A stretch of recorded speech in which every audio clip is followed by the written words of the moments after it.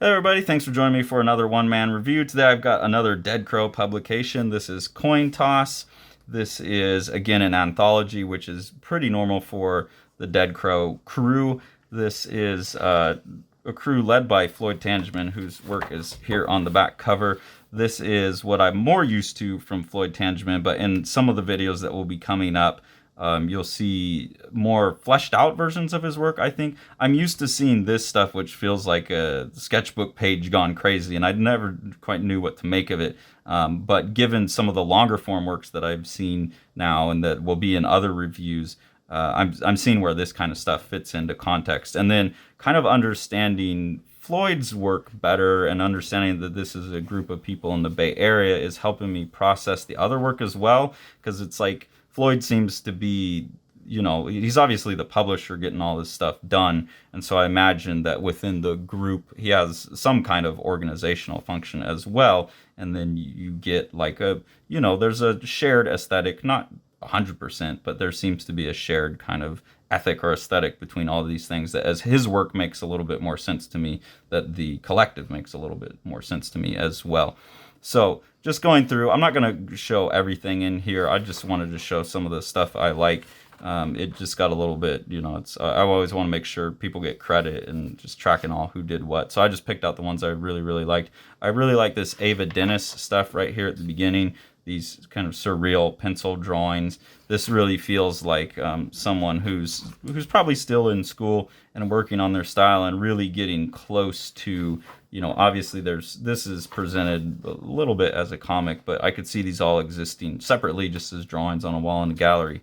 But it looks like someone who's developing their own like interior set of surreal symbols that are repeating on things, and I like that. I think of when I'm looking at stuff like this too, I have to flip into my teacher mindset where I feel like a young artist on the cusp of becoming whatever it is that's going to stick with them for a while, like just seeing these type of imagery, the symbolism, the crying, this same little bucket. I know in comics like you're going to have those things stitching the narrative together, but something about this feels like this probably is a consistent set of images that shows up. I could be totally wrong, but I don't know, something about that speaks to me. So I really do, I don't know, I want to see where this goes from a teacher mentality, I guess.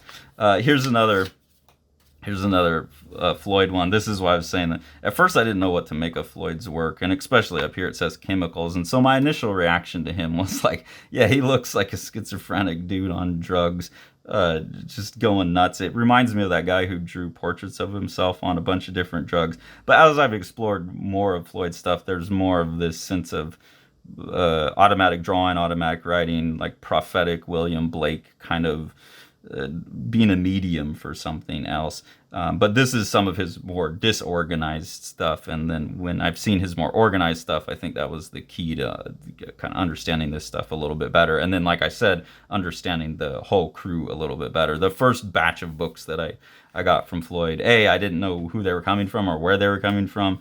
And I just hadn't spent enough time with the artists to absorb it. But like I've said in a previous review, figuring out that this is a crew of people, I believe in Oakland, but definitely in the Bay Area, something about that really was the key to like, okay, like I know what that is. I know what that culture over is, the mix of like mysticism and graffiti and DIY and street stuff and punk and all, it just all comes together in like, oh yeah, like when I was thinking this was coming from New York, I don't know anything about New York, but I just didn't, I was like, I don't get it. Like, so I don't know, this is so stupid that I needed that touchstone, but it worked. Really like this piece here, Cavity by Rowan O'Dare. Just like that, this is obviously like, hey, can I have that copy of the x-ray of my teeth you took? I'm going to do something with it.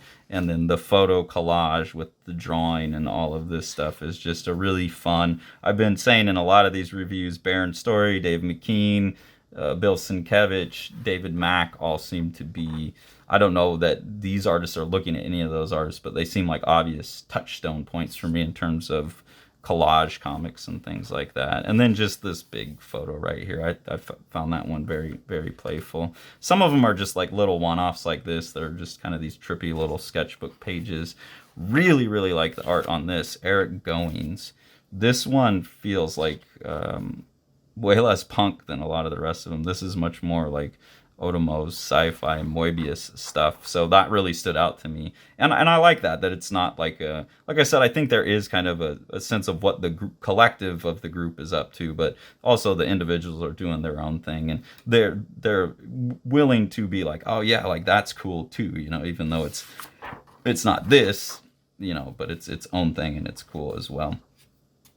So there's a good variety in here, but this kind of more punk rock DIY crazy looking schizophrenic type of art seems to be more normal. These are by Natalie Rezick. A lot of these do also feel like they could be plans for something bigger. I know a lot of people like to just leave it at this stage because of the freshness of it. Like this is when you were in the moment, struggling with whatever it is, trying to express, and you just leave that pure expression. But also like this here, where it's this big board game, it's like, man, I could see that. Okay, that's your sketch for the thing. Now go get a 20-foot by 30-foot piece of wood and like go like this in each one of those based on the language that's in there. So yeah, this one here, I just want to see that. That could be so cool if each one of these were an image and comics as board game. I've seen that a couple times. I actually tried to make one. Maybe that's why I want to see it finished so bad. I never finished mine. I was going to do a big board game where each thing was a panel. So that really speaks to me. And there's like finger in the ass, talk, don't laugh, cut a gut. Each one of those is its own potential cool piece of art, and then if you put it together on a big ass board, that would be cool. Really like this one by Emil Kess. This has a little bit more of a European sci-fi vibe to me. Also, like the kind of Chris Ware like interlinking of all the images really stood out to me, and that same type of thing here. These are spread by Alexia Page.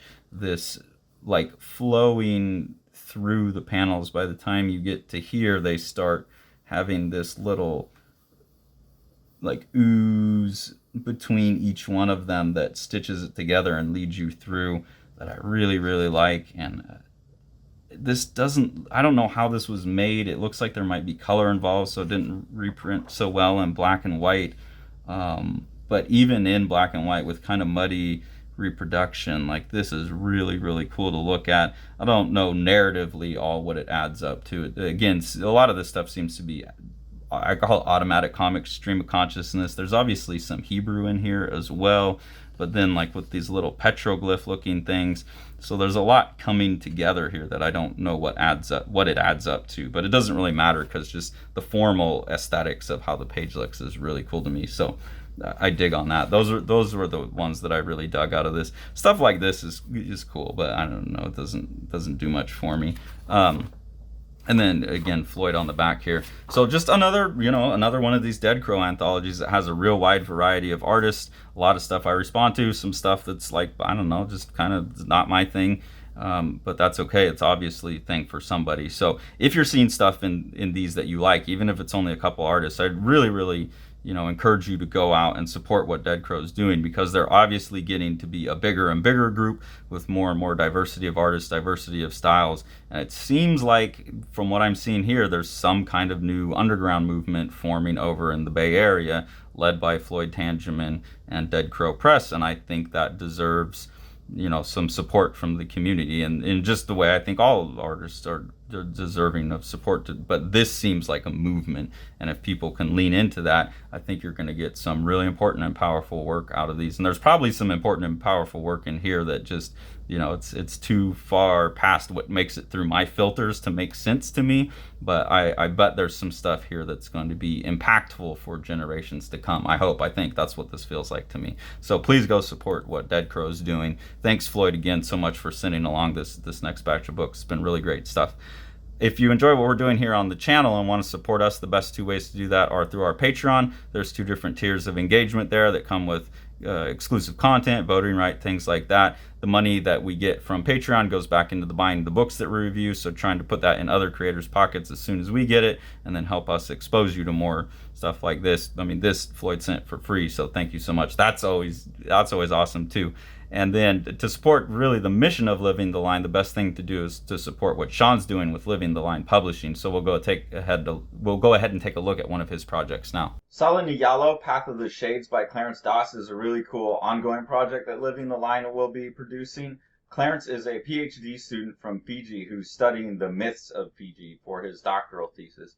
And part of that study project is that he's producing these comics. They're kind of like Hellboy, where there's these little short stories that capture all of these different mythologies. But then he's using that to wrap the project into his doctoral thesis and then provide educational material where people can come to these comics. You know, they don't have to read his PhD thesis. They can come to the comics and get a more consumable version of the mythology of Fiji. Thanks for following along. Take it away, Jack. You want to see all these books? Smash that subscribe button and the like button and the bell, and then you get them.